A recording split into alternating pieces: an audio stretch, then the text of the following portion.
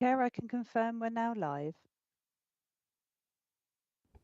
Thank you very much, and welcome everybody. Good afternoon and welcome to this meeting of the Executive of Bracknell Forest Council, which is taking place still under the revised standing orders in order to allow those members that are not present in person to still participate in the meeting, because those rules still allow for that until, I believe, June, and so everyone on the meeting today is present. Firstly, before we move to the agenda items, there is a non-agenda item that I'd like to pass over to my colleague, Councillor Dr Barnard, to say a few words. Councillor Dr Barnard. Thank you, Chair. It's with great sadness that I announced to the Executive that yesterday Martin Gokey passed away. Martin Gokey was a former Assistant Director in Bracknell Forest Council, alongside Tony Eccleston, the Director, and Alison Fletcher and Sanders, two other Assistant Directors. He was instrumental in setting up the education function when Bracknell Forest transitioned to a unitary authority some 24 years ago. Martin retired from the authority a number of years ago, but continued to pursue a lot of public service within the borough, notably through his involvement with the governing body at Kennel Lane Special School, chairing the management committee, now governing board at College Hall, and expertly chairing the schools forum. I had a great pleasure working with Martin over many years. He always championed children and young people in Bracknell Forest, particularly those vulnerable who had additional needs, and his contribution to the forums I've mentioned, the contribution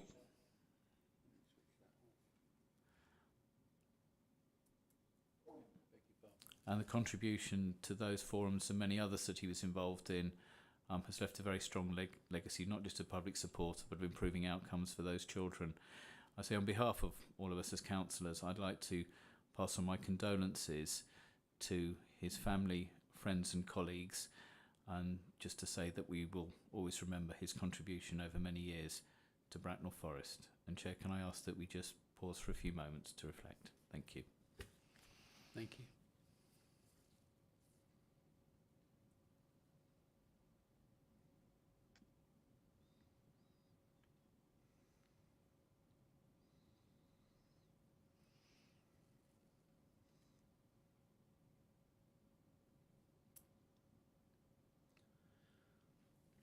Thank you very much. Thank you, Councillor Dr Barnard. Thank you. Colleagues, we move now to the items on the agenda. Item 1 being apologies. Hannah, do we have any apologies? I have received apologies from Councillor Harrison. Thank you very much. Thank you. And item 2 is declarations of interest. Members are asked to declare any disclosable pecuniary or affected interests in respect of any matter to be considered at this meeting.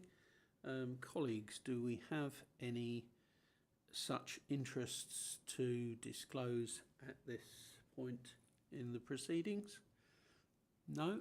If nobody's indicating, then I would just remind colleagues that should any debate take an unexpected turn, then they may, we'd be quite happy for them to interrupt proceedings to register an interest at any point during the meeting, should it be necessary.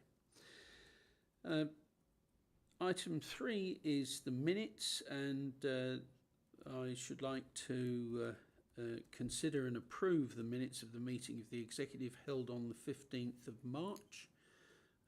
You've had copies of those. Could I please ask if there are any questions on those minutes? And if not, would somebody please like to propose them? I'm happy to propose them, Chair. Thank you, Councillor Dr Barnard. And they seconded? Thank you, Councillor Turrell. Can we please have a show of hands, all those who deem them to be correct? Thank you. Thank you. That is unanimous.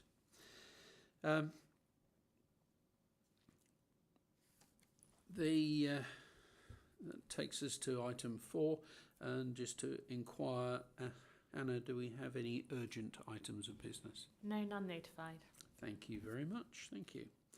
So moving on to executive key decisions, and agenda item 5 is the overview and scrutiny review of mental health.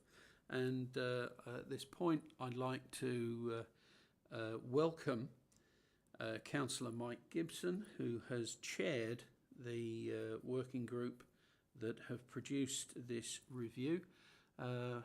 Hello, Mike. Good to have you with us.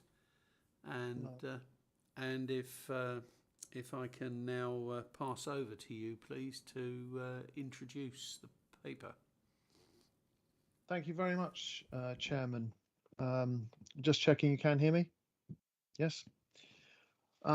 The report in front of you comes from many months of work, and I think I'd like to start off by thanking those that were involved in doing that.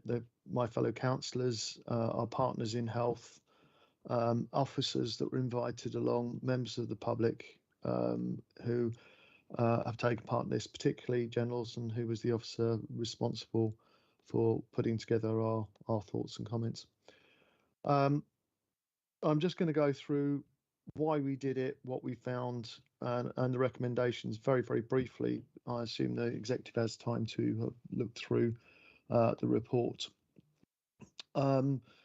When COVID was at its fiercest, there was a worry that mental health, particularly on the primary, which is what we focused on, primary services, was either being inundated with people, that there were problems with people accessing issues. Because of their claims on a national level, we decided it was appropriate to make sure that we would look at these as they related to Bracknell, to provide the transparency and see if there were any issues and what could be done about them if there were. Well, as you can see from the report, we found out that the processes that we would put in place and that our partners had put in place were actually working. And while there had been some uptick in the amount of contact we'd had, it was all within the range of what we'd expect and be able to cope with. So the first finding that we did is that some of the stuff that had been put into the press wasn't actually accurate, and it was good to be able to provide that reassurance to our residents that the systems were working as they were supposed to. There were a couple of things that we found that were noticeable, that there was a greater number of younger people accessing some of the therapies that we have in place. And the findings that we did after having conversations led to some recommendations both to our health partners and to our own council on how improvements could be made. And they're set out in the report. There's a number of recommendations which are to our partners, which are for the executive to note, and some of the interactions with our executive, which we've laid out as appropriate. I assume you've read the report. I don't want to take any more of your time up. Do you have any questions that you'd like to ask me, or would Kevin Gibbs like to comment on the process as such, or just as the relevant officer? Thank you very much. Yeah, Mr. Gibbs, Kevin, would you like to Chair, add a few words? Chair, I've got nothing to add to the report. Okay, thank you. Then, colleagues, are there any questions on the report? I know you've all seen it, and so it might well be that there are no questions at this point. All quite familiar. Then, in which case, thanks very much indeed, Councillor Gibson. It's good to have you with us here today. And if I can ask Councillor Birch, please.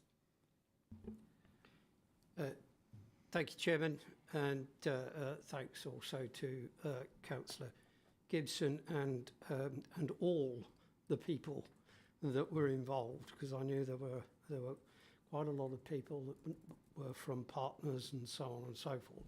And I like the concept within the recommendations that has divided the recommendations specific to those particular areas, as I think we can all expect the focus on mental health for all ages to increase following the pandemic. So a very timely piece of work, and I was pleased to see the confirmation coming out of the work that things are working, that our partners and us are working together, and that some of the facts that the report has highlighted will form part of the information that will assist in the more clinical definition of the work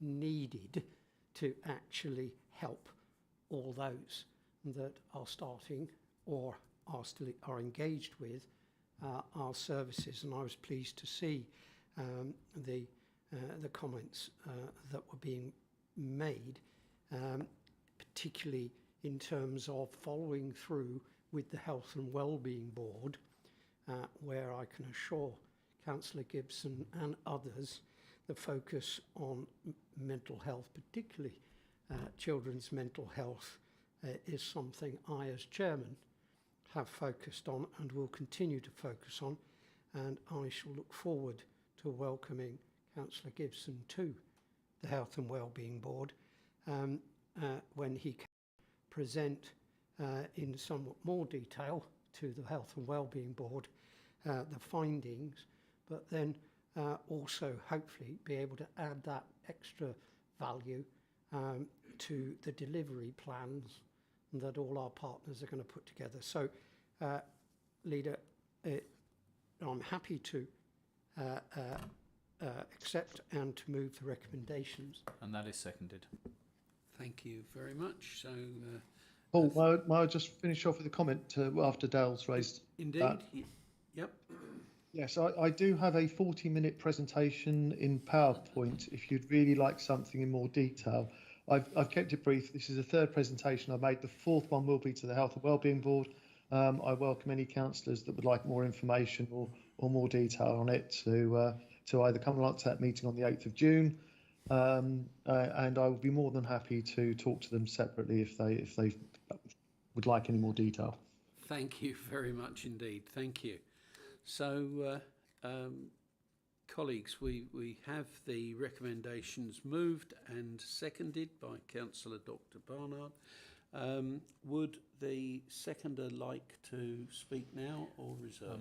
No, I'm happy to speak now. Just to say thank you very much, Councillor Gibson, for the overall summary. I think what comes to me from reading the report and for all the work that's gone on is that emotional wellbeing and mental health and promoting positive wellbeing and strong mental health is absolutely key to physical health as well. And I think you were right to undertake this work with your colleagues, given the thoughts around the pandemic and the impact that might have. And it's just strikes me, reflects me over the I suppose the last 10 years or so, how we've become to understand more about the impact of poor mental health on residents and their inclusion or exclusion from the community that they're in. And I think it'd be a good opportunity, to the scrutiny committee to further present these. And I think to our partners and colleagues, and particularly in health, to recognise that we can prescribe and we can operate and we can do all sorts of things to tackle physical ailments. But I think what this shows me, what many other studies have shown, is of course that quite often tackling emotional wellbeing and mental health first can help with many conditions that we face. So I think it's a great piece of work, and I just flag up tonight that one of the key concerns that I have is issues around emotional wellbeing and mental health amongst young people. And we're seeing this now a significant issue, not just in secondary age children, but also, you know, through years 5 and 6 and above, and certainly amongst our cohort of children looked after. So, you know, the lessons that we learnt, the good practice that we share, I'm sure will have a positive impact on all the work that we and our partners do. Thank you, Councillor Dr Barnard. Councillor Torrell. Thanks, Leader. Yes, I welcome this report, and I'm very appreciative of the hard work that's gone into producing it. A very timely topic, as has been said.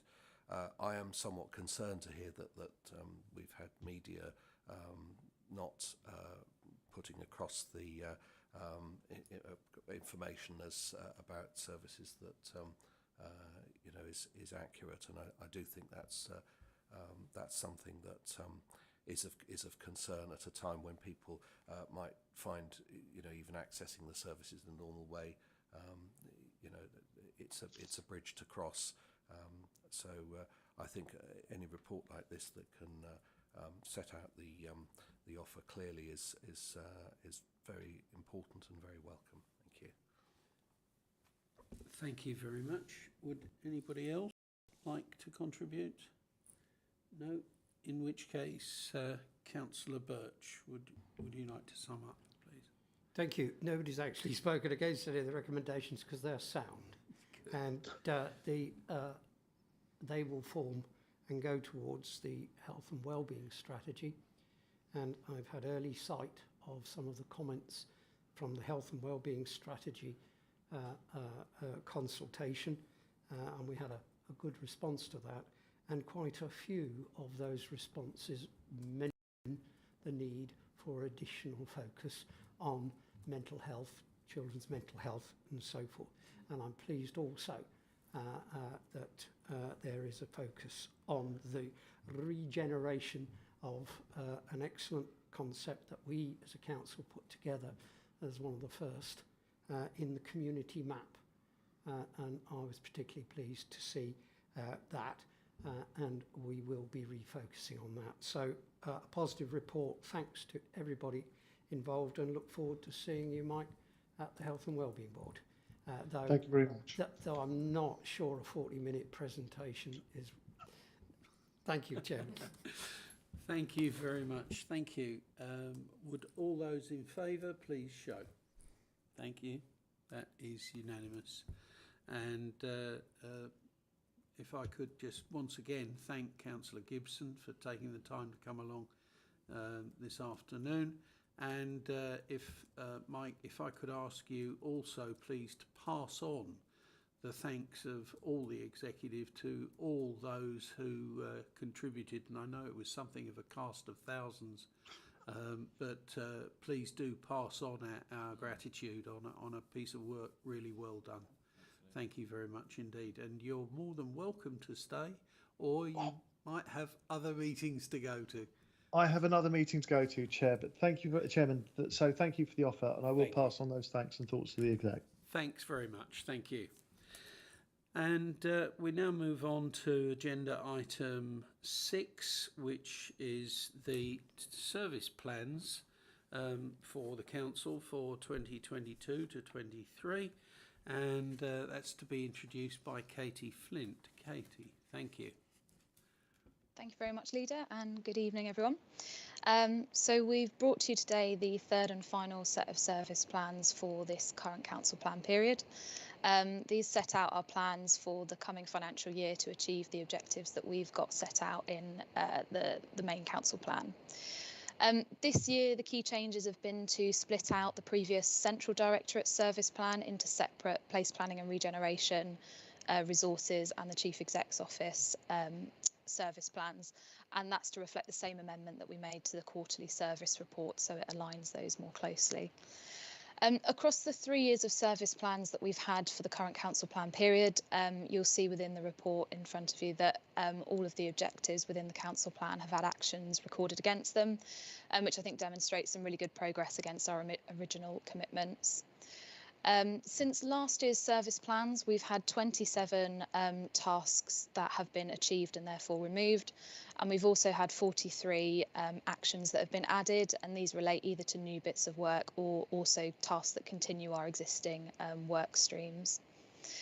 You'll see within the report as well that these actions in the new service plans are really well distributed across all the themes within the council plan, and they're also being delivered across all of our directorates. So I think it shows a really good, a really strong cross-council approach to how we've been delivering the council plan. Within the service plans this year as well, we've also identified that there are 39 actions there that directly relate to our new equality objectives. So that's linking in with some of our wider work streams as well.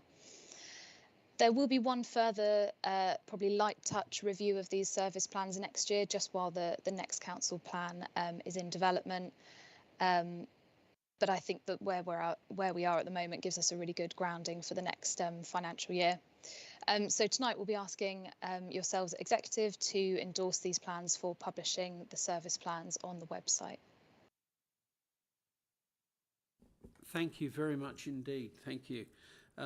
Colleagues, are there any questions for the officer? No? No? Okay, then thank you very much indeed, Katie. And if I am happy, I would like to say I'm very pleased to move the recommendations at 2.1 and 2.2. That's seconded. Thank you very much, Councillor Dr Barnard. There is little to add to what we've been told, and I'd just like to say thanks very much indeed to Katie and others in her team who've contributed to these plans. It's good to see that no matter what the pandemic, etc., can throw at us, we are still able to continue to run the authority in a calm and collected way, and business as usual goes on, whilst we deal with other very pressing issues. But it's good to see that things, normality still exists somewhere underneath the rather drastic things that have happened to us over recent months and years. So, Councillor Dr Barnard, would you like to contribute? Just to endorse what you're saying, and saying not only does I think it demonstrates our approach, to business as usual and moving on, and with the work that was achieved during the pandemic, which I know put a huge strain on the resources, not just of the council, but many of the partners, the organisations and the voluntary sector that we work with, but also that I think they're very ambitious as well. And I think they set to understand and tackle some of the issues that we know we have, whilst at the same time be very clear about putting our residents first in terms of delivering the very best that we can in partnership with others. And I think the thing I would say that struck me when looking through all the service plans was it's not a council that can do these on our own, that the community and the partners that we have a key role in helping us deliver for our community to those objectives. And I look forward to the year ahead and note the work that has been done against the main council plan, but also what we're doing in the year ahead. And just really to thank Katie. I know you're representing many others this evening in terms of the work that's been done putting these together, because I think they're very clear. And not everything on websites makes interesting reading, but I think for what are quite complex documents, I think they're pretty accessible. So I hope people will take the opportunity to look at them and hold us to account accordingly. Thank you. Councillor Turrell. Thanks, Chairman. Yes, I think the work that's been done on this, I think the most important thing about this is how clear it is to read. You can see where we're aiming to go, what we do, and really how much of it we've done and how much we're doing. And I think that the fact that things like that can be found out really quite quickly by looking at this document, these set of documents, is very important for putting across messages as far as what we do as a council. So I think it's a really good piece of work. Thank you. Thank you, Councillor Torrell. Any other contributions? No? In which case, in summing up, I'd just like to say once again I'd like to ask Katie Flint if she'd be good enough to pass on our thanks to everybody. We really do appreciate the support that these plans give us, and I'll echo my colleagues' comments about the clarity of them and the way that they're set out and presented. I think it's clearly a set of documents that intends to be read by ordinary people, and that is important. I know in the past organisations have been criticised because they've published everything and buried stuff that they didn't want to see or didn't want people to see. These documents are not like that at all. They're clear, straightforward, and I would encourage members of the public to look them up, as has been suggested, and if necessary to hold us to account. So thank you, and I trust that everyone can support the recommendations. And with that, I'd ask to show, please, all those in support. Please show. Thank you. That is unanimous. And before I move on to the next item, I'd just like to pass over to Councillor Dr Barnard again. Chair, can I just, before we come on to discuss the Cool Places plan, just ask that it be noted that I'm Vice Chair of Governors at Warfield C of E Primary School. The reason I reference this is there's explicit reference to a separate proposal on the third bullet point under paragraph 5.2, which indicates that a separate decision will be taken by the Council around the proposed migration of the All Saints sites to the Woodhurst site, and to confirm to all members of the Executive that that is a decision I have no active part in, that indeed it will be taken and considered by yourself, as I am conflicted as both the Executive member and as a Governor, but in the context of this overarching report there is no perceived direct conflict, so I'm happy to work with this on this occasion. Thank you very much indeed. Thank you for that, Councillor Dr Barnard. And with that, that does take us to agenda item 7, the School Places Plan and Capacity Strategy. And that's going to be introduced for us today by, hello Chris. Thank you. You're one of our two Chris's that we rely on so much in this area. Thank you. Thank you very much, Leader, and thank you for the opportunity to come and address the Executive, introducing 2 papers which you have before you. The first is the Executive report, and then behind that is the School Places Plan and School Capacity Strategy for 2022 to 2026. So if I can give some of the headlines, Leader, on the Executive report, and then ask my colleague Chris Taylor to come in and contribute in particular to sections which relate to the approaches which we intend to use. Now, you may well be familiar with elements of this report. You receive it every year. You received an earlier report back in November, back in the autumn of 2021, and this is a further report to you following further discussions which have been held with head teachers and responses which we've had back from them. So if I can just remind colleagues of some of the background to this.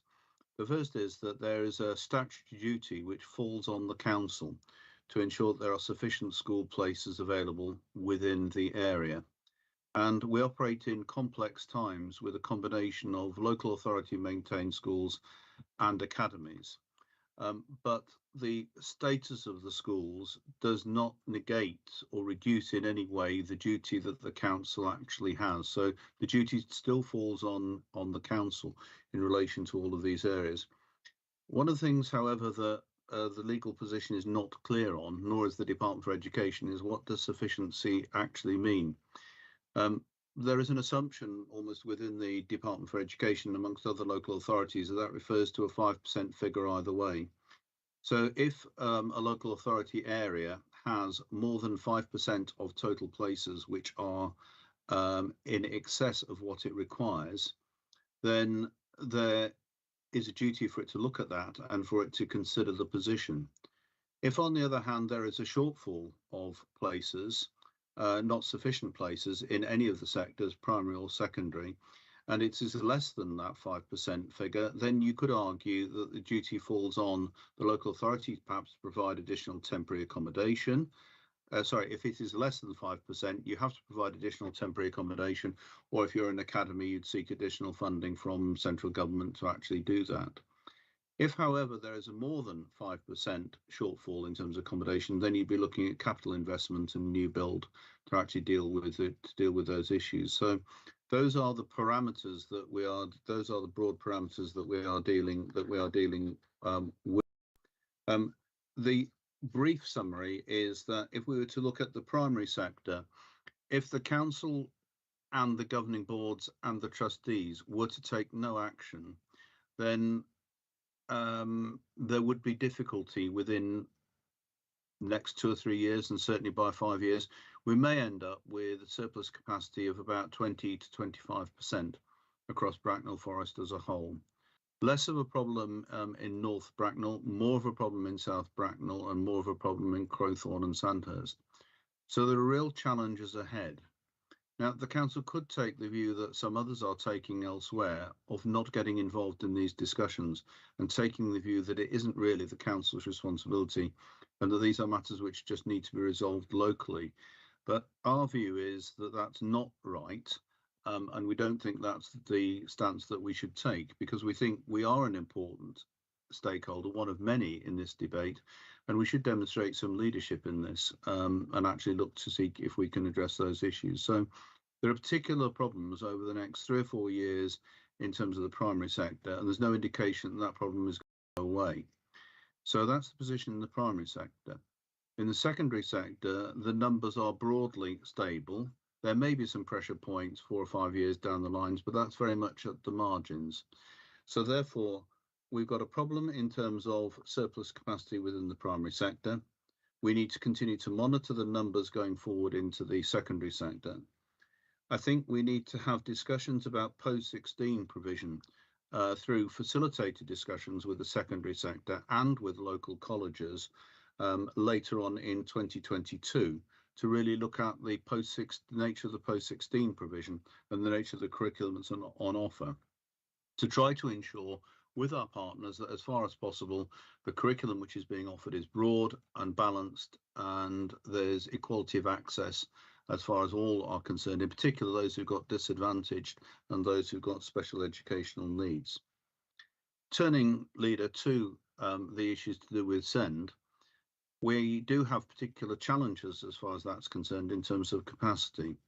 There is a shortfall of provision in some areas within Bracknell Forest, and a consequence of that is that the needs of local children cannot always be met within Bracknell Forest, and in some cases those children and young people have to travel out of the borough to go and receive that provision. So we've therefore got a gap there in terms of SEND provision, and there are particular elements to SEND provision that we want to talk to you about, with your permission, in a little bit more detail, and that would include shortly about the position of Kennel Lane Special School, about specially resourced provisions, and about the inclusive nature of the agenda as far as schools are concerned. But that takes us on to other areas. So the summary is, we've got a challenge in terms of primary sector with surplus places and too many surplus places.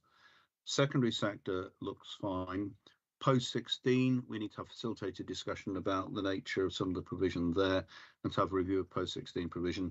But we also do need to take some steps fairly rapidly in terms of SEND provision to increase the opportunity for local children and young people and for the families in Bracknell Forest. So, Leader, at that point, if I can hand over to Chris Taylor to introduce the rest of the executive report, and then with your permission, we'd be happy to take questions before we then take you into the strategy document. So over to you, Chris. Thank you, Chris. So good evening, members. And with your permission, I'll just take you through a couple of the points in the report. I won't go through everything in it or the appendix because I know that you will have read it. It talks in the recommendation about a journey for co-production and co-delivery of the future vision and approach for planning for school places, and that's between the council and schools. And we have a proposed vision which starts in paragraph 5.10 in the report, which sets out a number of bullet points around what the school places might look like in the future. We also then, from paragraph 5.11 in the report, have a number of different approaches that in the light of that vision we could then take. Now, we've had some very interesting discussions with head teachers already. This process of engagement and co-delivery has already begun. We've been engaged with head teachers since last year, and we are proposing to take this vision and these proposed strategic approaches to head teachers next month to get their views. But we're bringing them here to the executive first so that you can see what it is that we are proposing to do with them. In terms of the school capacity strategy itself, which is the appendix to your report, members will be used to the format of this because it has been in a similar format for the past 3 years.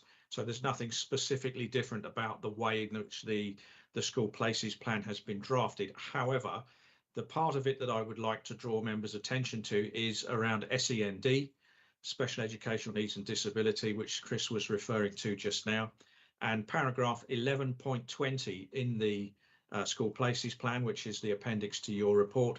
Paragraph 11.20 sets out the SEND capacity strategy, which I think is something that is significant, and I think we need to have it in our mind's eye.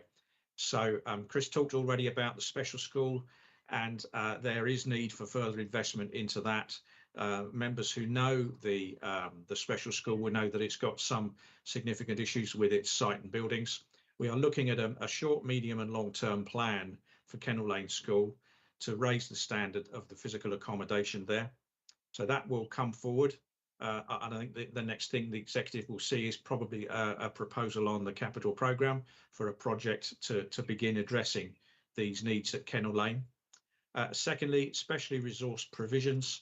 As Chris said, we've got a number of these already in both primary and secondary schools to meet specific needs of specific pupils who have a particular type of education healthcare plan. They are, however, they are limited in number, and they are not equally distributed across the borough. So the locality issue, which Chris mentioned, is important, that if you live in Crowthorne and Sandhurst, you don't have to travel all the way up to North Bracknell to get a specialist school place. So we are looking at not just to create further specially resourced provisions, but we are looking to put them in geographically sensible areas so that parents and pupils do not have so much distance to travel. And as mainstream primary accommodation becomes available because of the surplus of places on mainstream primary schools, then it's possible that we can create those additional specially resourced provisions on mainstream school sites. We will also need to create additional secondary specially resourced provisions, and this has already been in discussion with head teachers, and we're already looking at a number of offers from those secondary schools who might wish to host such an SRP on their site. The fourth bullet point there under SRPs is to look at the creation of a facility in the borough to support social, emotional and mental health. Now, this is a particular high need that we do not have any facilities for in the borough. Consequently, these children and young people, if they have this need, have to travel out of borough to take up a school place. And of course, this is expensive in terms of the cost of the placement and the home to school transport, but it's also very disruptive for the pupil and for their family with the travelling and all of the arrangements that go into that. There is possibly a business case there to create a new facility within the borough, and perhaps we can use the savings from that revenue that we previously paid to send them out of borough to run such a facility within Bracknell Forest. So something about an SEMH facility in the borough, again, could come forward on the capital programme. And the last bullet point there on 11.20 is around the College Hall, the pupil referral unit. Now, this is not a special school, but it's a very important facility. We've been looking at it this year. It's got a lot of accommodation issues, including the actual capacity of the buildings. It only has a specific capacity, and also the suitability of the accommodation. As many members will know, this is a converted former residential house. So we're looking at that, and that is likely to come forward too as a project to look at the accommodation at College Hall. Those are the significant issues around SEND, which are very different from what the executive has seen before in our school places plan. But I would be happy with Chris to take any questions from the executive. Thank you very much indeed, both you gentlemen. Colleagues, are there any questions for either Chris Taylor or Chris Hilliard? No? Okay. Chairman, Yes, sorry. Mark Brunel Walker, Councillor Mark Brunel Walker. I just want to thank the Chris's for the excellent presentation as normal.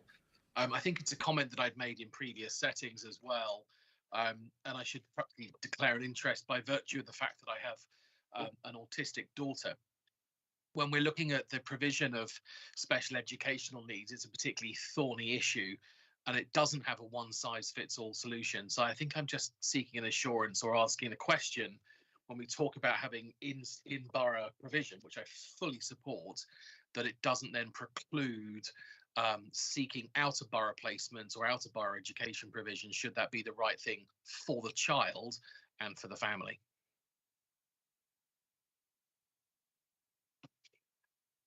Thank you. Probably Chris Hilliard. Leader, if I can respond to that and welcome the question, and I think we need to be absolutely clear that we need the best possible provision for children and young people wherever that may be. For many children that may be within the borough, but for some children they will still need specialist provision, and it is the duty of the council to ensure that that provision is made available for those children and young people. So there can be no question of simply taking children and placing them in provision which is not acceptable. It's got to be done for the right reasons, the right provision. That is what you would expect to see in an education, health and care plan, and that's what the council must deliver on. Thank you, Chris. That's most reassured and unsurprised to hear that answer from you. But it's worth the question for the record.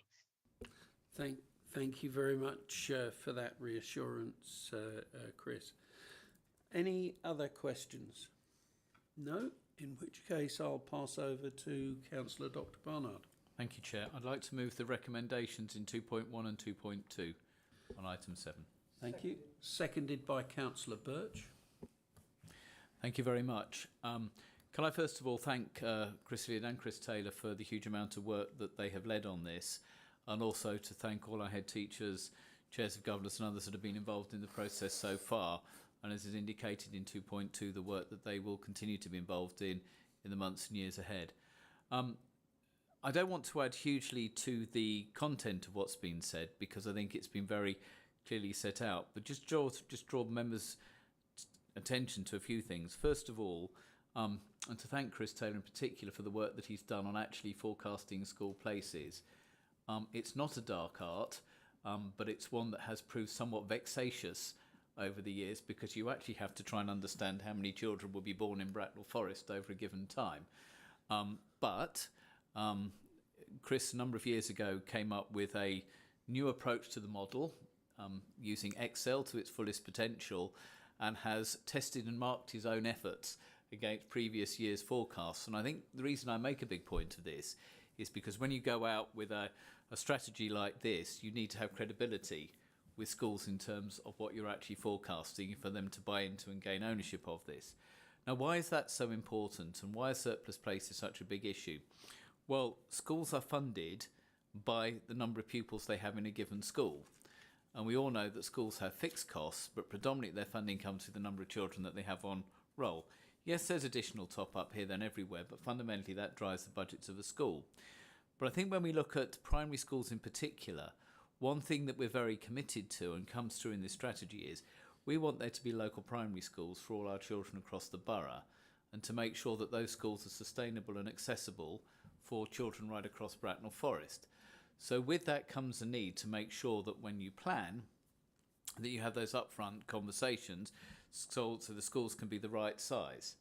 But at the same time, you have a very valuable education estate across the borough as well. And just because demographics at the moment say that there are more students and pupils in North Bracknell than there are in the south, that there are in the middle, that doesn't mean to say that will always be the case. So what this does, I think, in a very imaginative and well thought out way is to say, well, if we have this excess capacity in buildings, and we know, not just because of an inspection, but because of the work we've been doing for a number of years, that we have additional SEND resources required. Social and emotional mental health has been mentioned, a key requirement for a specially resourced unit. If we need to seek to increase the capacity of Kennel Lane Special School, look at the physical estate, how we meet the needs of those children, and at the same time of those vulnerable children that we have supported at College Hall at the moment, it makes sense to bring these all together. So in conclusion, just to thank everyone that's been involved in this, to thank the two Chris's for presenting this evening, and to say that I think the key sits in 2.2, which is this is not the council saying what will happen, but this is the council taking a significant and clear lead with the support of and working with our schools, the Schools Forum, governors and others, to deliver a sustainable strategy that means that we will have local schools across the borough in the years to come. Our children can be educated near to their home, and that actually we have appropriate capacity going forward. We have done this once before a number of years ago. I was peripherally involved at the time. I think it was some 23, 24 years ago, but I believe that this approach is far superior. The level of engagement is high. Very detailed document, very well worked through. I think it's credible, and I think it's one that I'm more than happy to endorse that we take forward. Thank you very much. Thank you. Councillor Birch? Reserved, Chairman. Thank you. Does anybody else wish to contribute? No? So back to you, Councillor Birch. Thank you.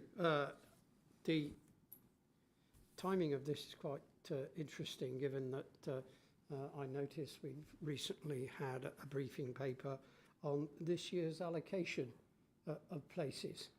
And I was pleased to note the high degree, with the continued high degree of successful applications.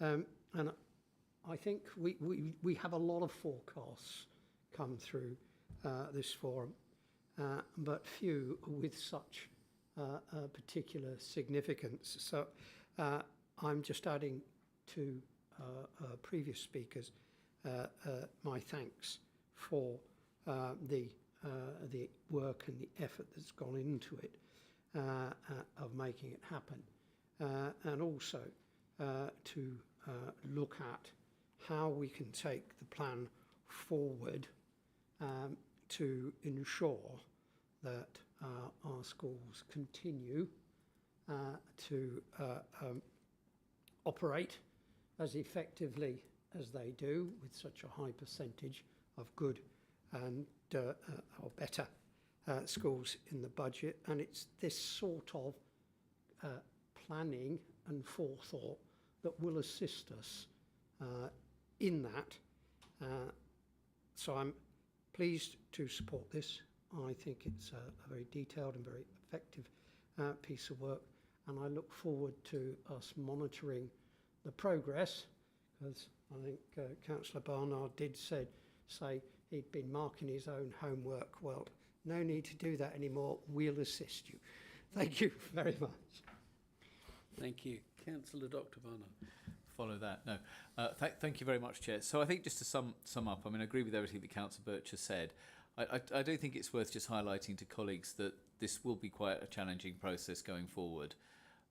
This will have a significant impact, I think, on a number of our schools. But if we hold true to the principles set out, use the data that's available, and work closely, empathetically and supportively with our schools, I think we can come up with a long-term sustainable plan. We know that Bracknell Forest is growing. We know that we're building new housing. But I think what's been a really interesting feature of this is that hasn't necessarily generated the same number of children that other developments have. I mean, I remember when I sort of started out involved in this area in the 1990s, I think it was Forest Park and Crown Wood had the highest number of children per household of practically any area in the country, you know, based on its growth and expansion at the time. That hasn't happened. And I think, you know, in conclusion on this, we're committed to making sure that we have quality education for all. I think we've seen that with the work that we've done through the school improvement, as Councillor Birch says, in terms of good or outstanding schools in Bracknell Forest. We're very keen to work hard on delivering the SEND provision to support the other aspects of the improvement plan following on from the inspection. And just to finish and to note, it's a question of semantics, but I'm pleased to see that when we came up with the paper responding to the allocations of school places, we were able to meet the preferences of parents. I think preference is a very important word in this context because parents don't have a choice. They have the ability to express a preference for the school they want. And I think in Bracknell Forest we do that now, but I hope that this plan will mean that we can continue to do that in high numbers going forward, and that means having local schools to meet the needs of our communities across the borough. Thank you. Thank you very much indeed, Councillor Dr Barnard. Would everyone in support of that please show?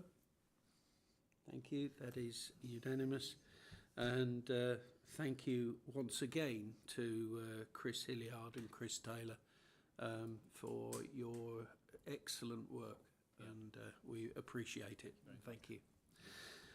Colleagues, that concludes the business to be transacted today. I'd like to thank everybody for their presence and also for their forbearance, and look forward to seeing you all again soon.